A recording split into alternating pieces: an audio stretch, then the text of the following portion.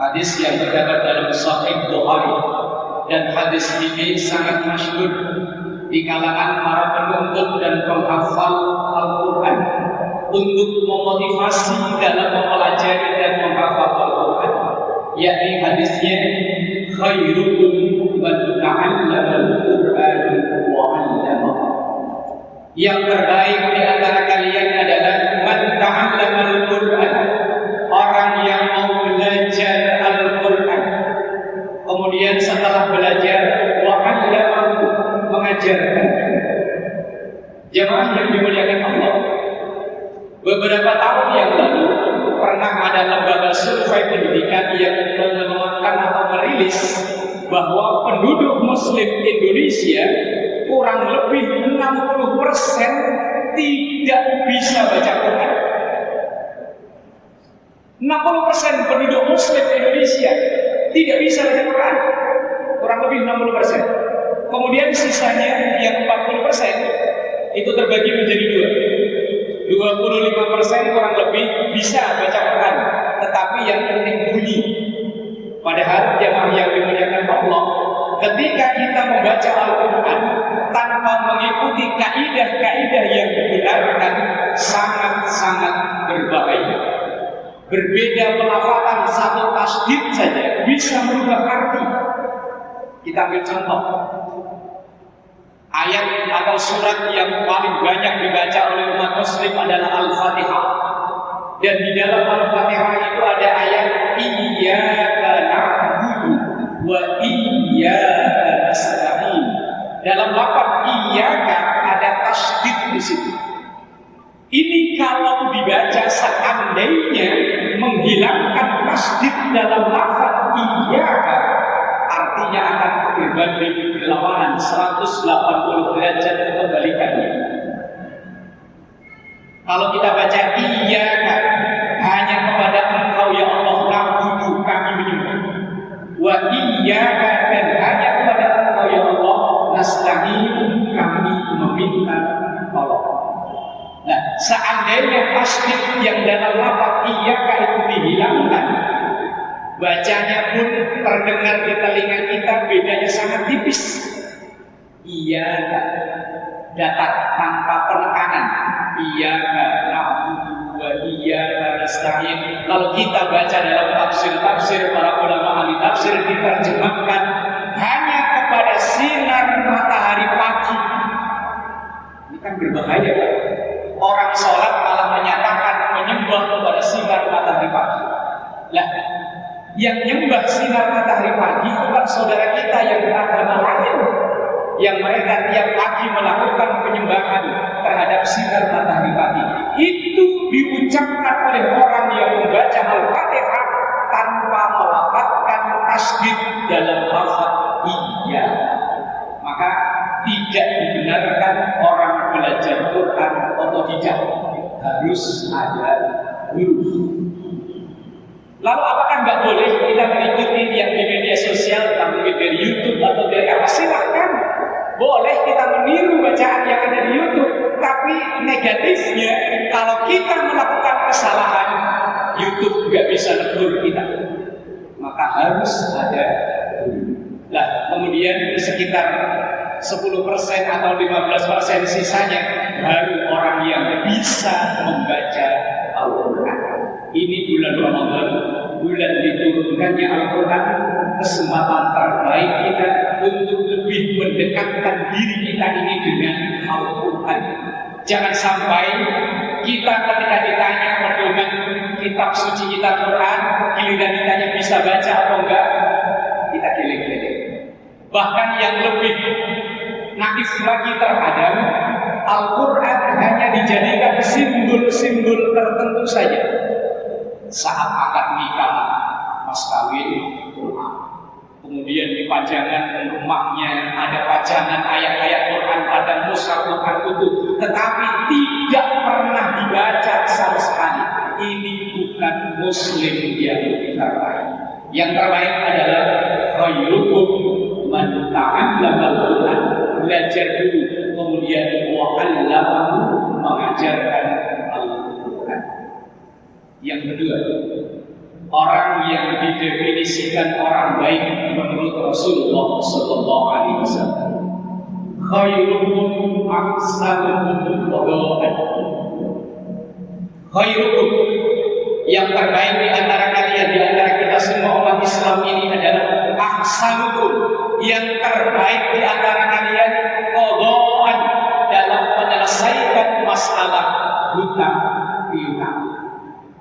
Kita dalam menjalani kehidupan sehari-hari terkadang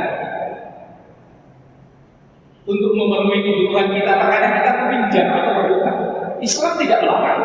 Bahkan dalam kehidupan di masa Rasulullah, para sahabat pun nggak lepas dari masalah namanya hutang piutang. Tetapi Islam punya aturan yang mengatur kita sebagai seorang Muslim ketika mengadakan transaksi hutang piutang. Misalnya, tercatat dalam Al-Baqarah 281. Ini ayat terpanjang dalam Al-Quran, terdapat dalam surat terpanjang pula, seakan-akan mengindikasikan kalau urusan hutang itu akan menjadi urusan yang panjang. Ditaruh di Al-Baqarah, surat terpanjang 282, ayat terpanjang, ya ayyuhalladzina amanu idza tadayantum bidaynin ila ajalin musamman faqdu. Wahai orang-orang yang beriman, apabila kalian mengadakan transaksi yang jual beli pembayarannya ditunda alias hutang, perintah Tuhan faqdu, catat, tulis itu hutang. Memang terkadang kita yang hutang dalam jumlah besar, tidak ada lembaga-lembaga keuangan yang nyatet hutang kita. Tetapi kita hutang yang kecil-kecilan, mungkin kadang di kantin tempat kerja, di warung tetangga sebelah, yang hutang itu jumlahnya hanya mungkin 10-20 ribu. Ini terkadang kita mengabaikan, tidak mencatat. Nah, kalau hutang itu tidak tercatat, padahal daya tampung ingat kotak kita ini sangat terbatas. Sehari 2 hari masih ingat, sebulan 2 bulan masih ingat, tapi berikutnya bisa lupa. Nah, kalau lupa, kemudian sampai kita meninggal, hutang itu tidak terbayarkan, maka akan ditagih di akhirat nanti. Ada satu hadis Rasulullah SAW yang diriwayatkan oleh Imam Ibnu Majah. Nafsul mu'min mu'allaqah bidainihi hatta yuqan. Jiwa seorang mukmin, langkah kembalinya nanti menghadap Allah terganjal atau terhalang oleh hutang-hutangnya. Hatta yuqan, sehingga hutang itu dibayar. Maka ada satu budaya. Ini budaya, bukan ajaran agama, budaya.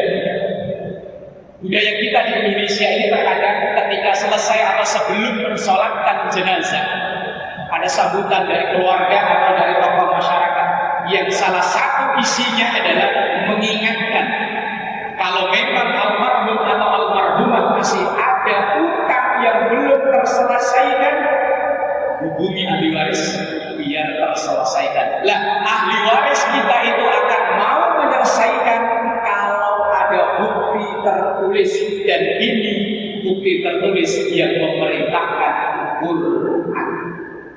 Tapi kalau kita mau jujur, terkadang yang telaten nyatet masalah hutang malah bukan orang kita, orang beragama lain, dan kadang malah kita sepelekan. Lah, hutang segitu aja kok dicatat, padahal ini perintah Quran. Mau gede mau kecil, itu Quran yang memerintahkan. Kalau memang itu statusnya hutang, catat. Dan orang yang terbaik adalah orang yang sesegera mungkin menyelesaikan masalah hutang piutang. Yang ketiga, orang terbaik itu adalah khairun nas anfa'uhum linnas. Orang terbaik di antara manusia, di antara kita semua adalah orang yang paling bermanfaat. Semakin besar kemanfaatan, maka semakin besar pula nilai kebaikannya. Allah memberikan karunia kepada kita potensi berbeda-beda, tapi setiap potensi itu bisa kita jadikan untuk menjadi ladang kemanfaatan buat lingkungan kita. Makalah yang disandarkan kepada sahabat Ali bin Abi Thalib radhiyallahu anhu, man kana lahu mal falyatasaddaq bimalihi. Ada orang yang potensinya itu dikaruniai harta, maka bermanfaatlah untuk lingkungan dengan hartanya. Wa man kana lahu ilmun falyatasaddaq bi ilmi. Ada yang dikaruniai ilmu, maka bermanfaatlah untuk lingkungan dengan ilmu. Wa man kana lahu quwwatun, ada yang punya tenaga, skill, keahlian dan lain-lain, maka falyatasaddaq bi quwwati, bermanfaatlah untuk lingkungan dengan tenaganya, dengan keahliannya. Kegiatan apapun di masyarakat kita ini bisa jalan karena orang yang berharta mau berderma dengan hartanya, yang berilmu berbagi ilmunya, yang punya keahlian lain mendermakan keahliannya. Dan semoga momen Ramadan, momen terbaik, di bulan terbaik, di tempat terbaik, kita bisa mengawali menjadi hamba Allah yang terbaik, sehingga kapanpun Allah mengakhiri kontrak hidup kita dalam keadaan menjadi hamba yang terbaik dan husnul khotimah. Amin ya rabbal alamin. Terima kasih dan mohon maaf dari Allah ya ajmain. Semoga